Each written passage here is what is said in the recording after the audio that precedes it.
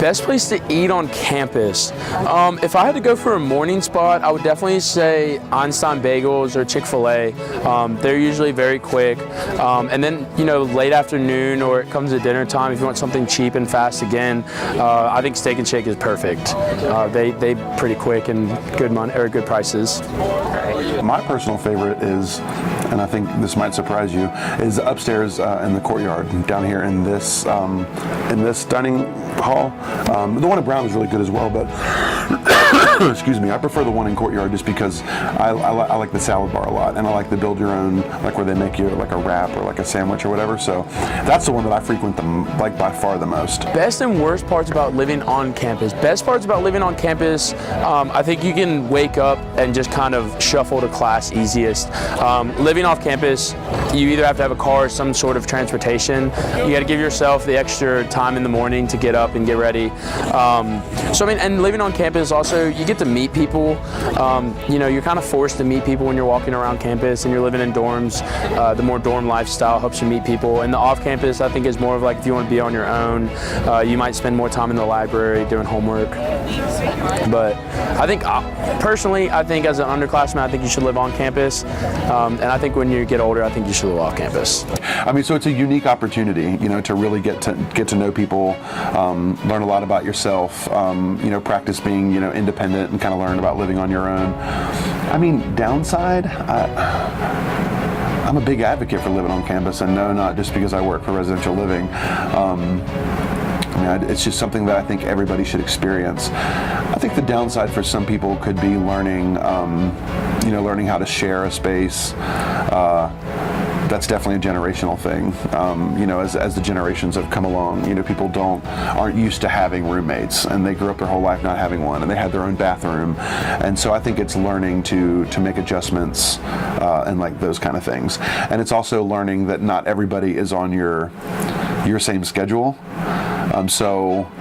Some people like to be up really, really late and are being loud and noisy. Other people like to be in bed, really early and wake up early. And so it's just learning that certainly not everybody else in that community is going to share the same kind of schedule that you do. So maybe those are a couple of drawbacks. All right. We're in a great environment here in Colby, North Carolina, where you can be outside and you can see the mountain ranges just, beyond the roofs of our building. So honestly, I think studying outside at Western is a lot more convenient and a lot more relaxing to me than compared to in the library.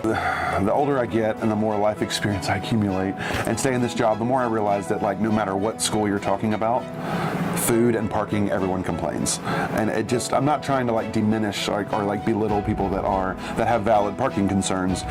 It's just people want to park at their building. Everyone wants to park at every building they go to, and they just want to be able to park right there. So is our parking awesome? I don't think it's awesome. I think our parking is okay. I think that we have enough parking. We don't have enough convenient parking. And so that's kind of the problem. When students are like, I can't find a spot. So parking, again, it kind of is what it is. I don't think it's the best thing ever, but I don't think it's as bad as people make it out to be. Generic advice, incoming freshmen, don't be scared to ask questions. It's a big step to leave from high school to college. There's a lot of emotions involved, and do it right. Don't skip class. Don't go out and drink during the week. If you can't handle it, you're obviously underage. Do good your first semester, because your first semester is what's going to be your building blocks for the rest of your time at a college or university. So, really show up to college ready to go. Don't show up to college, be wanting to be lazy. And feel free to ask questions, because people are, willing to give you their opinion. All right. Does anyone have anything else? I think they should embrace that uncertainty or that bewilderment or whatever, and I think they just need to remember that it's a process and that there are going to be bumps and there are going to be bad days, but I always tell people, you have to have the ability to look past your nose, right in front of your face. You have to look down here, and understand that everything you're doing right now is accumulating to help you down here, to help you be successful later. And it's hard to see.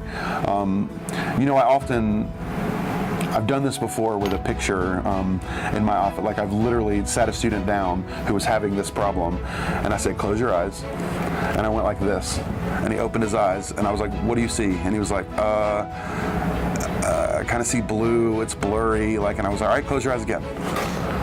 And I was like, now what do you see? And he was able to explain the entire picture. Like, you can't see it when you're right on it, like when you're in it. But like if you step back and like realize again that you're working towards a bigger picture, it becomes more clear.